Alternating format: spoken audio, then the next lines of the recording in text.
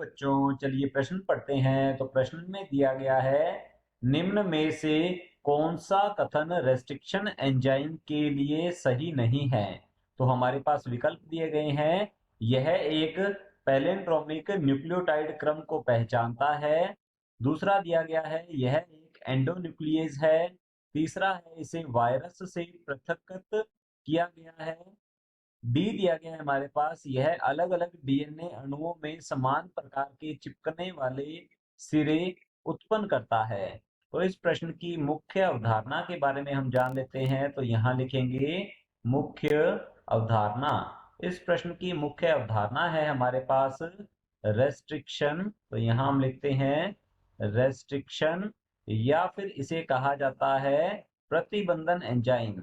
इसे रेस्ट्रिक्शन या प्रतिबंधन एंजाइम के नाम से जाना जाता है। और ये प्रतिबंधन एंजाइम जो है ये पृथक किए जाते हैं जीवाणु कोशिका से। तो यहाँ लिख सकते हैं, ये जीवाणु कोशिका जो है इसमें निर्मित होते हैं और इन्हीं कोशिकाओं से ये पृथक किए जाते हैं। तो रेस्ट्रिक्शन एंजाइम जो है ये न्यूक्लिएजेज समूह के एंजाइम होते हैं। तो यहाँ हम लिखेंगे, ये न्यूक्लिएजेज समूह के एंजाइम है, समूह के एंजाइम होते हैं। और ये एंजाइम जो है डीएनए को काटते हैं या डीएनए का पाचन करते हैं। तो लिखेंगे डीएनए को काटते हैं, डीएनए को काटते हैं अर्थात डीएनए में उपस्थित फॉस्फोडाइएस्टर बंध को तोड़ने का कार्य करते हैं। यदि इनके प्रकारों की बात की जाए तो रेस्ट्रिक्शन एंजाइम के प्रकार हम देख लेते हैं। रेस्ट्रिक्शन एंजाइम जो है ये मुख्यतः दो प्रकार का होता है। एक तो होता है एक्सोन्यूक्लियेज, तो यहाँ हम नाम लिखते हैं इनका। एक है प्रतिबंधन प्रतिबंधन एक्सोन्यूक्लियेज, तो यहाँ लिखेंगे एक्सोन्यूक्लियेज। और दूसरे प्रकार का होता है प्रतिबंधन एंडोन्यूक्लियेज, तो यहाँ लिखेंगे प्रतिबंधन एंडो न्यूक्लियेज एंजाइम। तो प्रतिबंधन एक्सोन्यूक्लियेज एंजाइम जो होता है यह डीएनए के न्यूक्लियोटाइडों को एक सिरे से पृथक करता है। तो हम यहाँ लिख सकते हैं, यह एंजाइम डीएनए यह एंजाइम डीएनए के सिरों से डीएनए के सिरों से न्यूक्लियोटाइड्स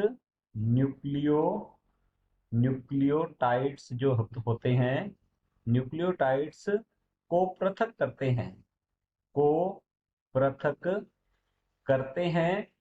तो ये जो रेस्ट्रिक्शन या फिर प्रतिबंधन एक्सोन्यूक्लियेज एंजाइम है यह डीएनए का पूर्ण पाचन कर देते हैं, इसलिए इसका उपयोग आनुवंशिक अभियांत्रिकी में नहीं किया जाता।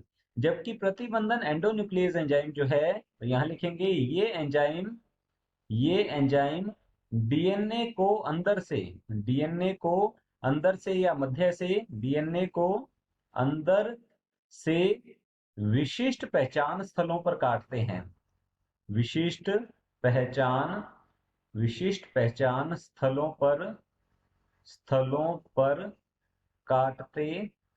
पर काटते हैं। और ये विशिष्ट पहचान स्थल जो हैं ये होते हैं पैलिंड्रोमिक डीएनए स्थल। तो यहाँ हम लिखेंगे, ये होते हैं पैलिंड्रोमिक डीएनए स्थल, या इन्हें क्षार अनुक्रम कहा जाता है। तो लिखेंगे पैलिंड्रोमिक क्षार अनुक्रम जो है, क्षार अनुक्रम पर ये डीएनए को काटते हैं। तो हमारा जो प्रश्न है, निम्न में से कौन सा कथन रेस्ट्रिक्शन एंजाइम के लिए सही नहीं है। तो चलिए देखते हैं विकल्प को। पहला विकल्प दिया गया है, यह एक पैलिंड्रोमिक न्यूक्लियोटाइड क्रम को पहचानता है। तो यह बिल्कुल सत्य है, क्योंकि रेस्ट्रिक्शन एंडोन्यूक्लियेज या प्रतिबंधन एंडोन्यूक्लियेज एंजाइम जो है यह विशिष्ट स्थलों पर ही डीएनए को काटते हैं, जो कि पैलिंड्रोमिक क्षार अनुक्रम या पैलिंड्रोमिक न्यूक्लियोटाइड क्रम होता है। तो हमारा पहला विकल्प गलत होगा, क्योंकि हमसे पूछा गया है कि निम्न में से कौन सा कथन रेस्ट्रिक्शन एंजाइम के लिए सही नहीं है, हमें एक गलत कथन के बारे में बताना है।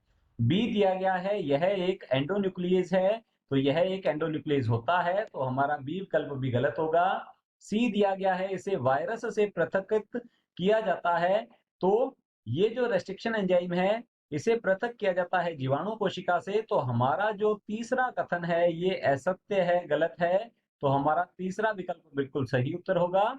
डी दिया गया है, यह अलग अलग डीएनए अणुओं में समान प्रकार के चिपकने वाले सिरे उत्पन्न करता है।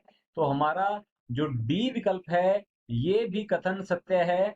तो हमारा डी विकल्प जो है ये भी गलत होगा, क्योंकि रेस्ट्रिक्शन एंडोन्यूक्लियेज या प्रतिबंधन एंडोन्यूक्लियेज एंजाइम जो है पृथक पृथक डीएनए को समान पहचान स्थलों पर काटते हैं, जिससे कि समान प्रकार के चिपकने वाले सिरे जो हैं ये उत्पन्न होते हैं। तो हमारा डी विकल्प भी गलत होगा। विकल्प सी बिल्कुल सही उत्तर है। आशा करता हूं आपको समझ में आया होगा। धन्यवाद।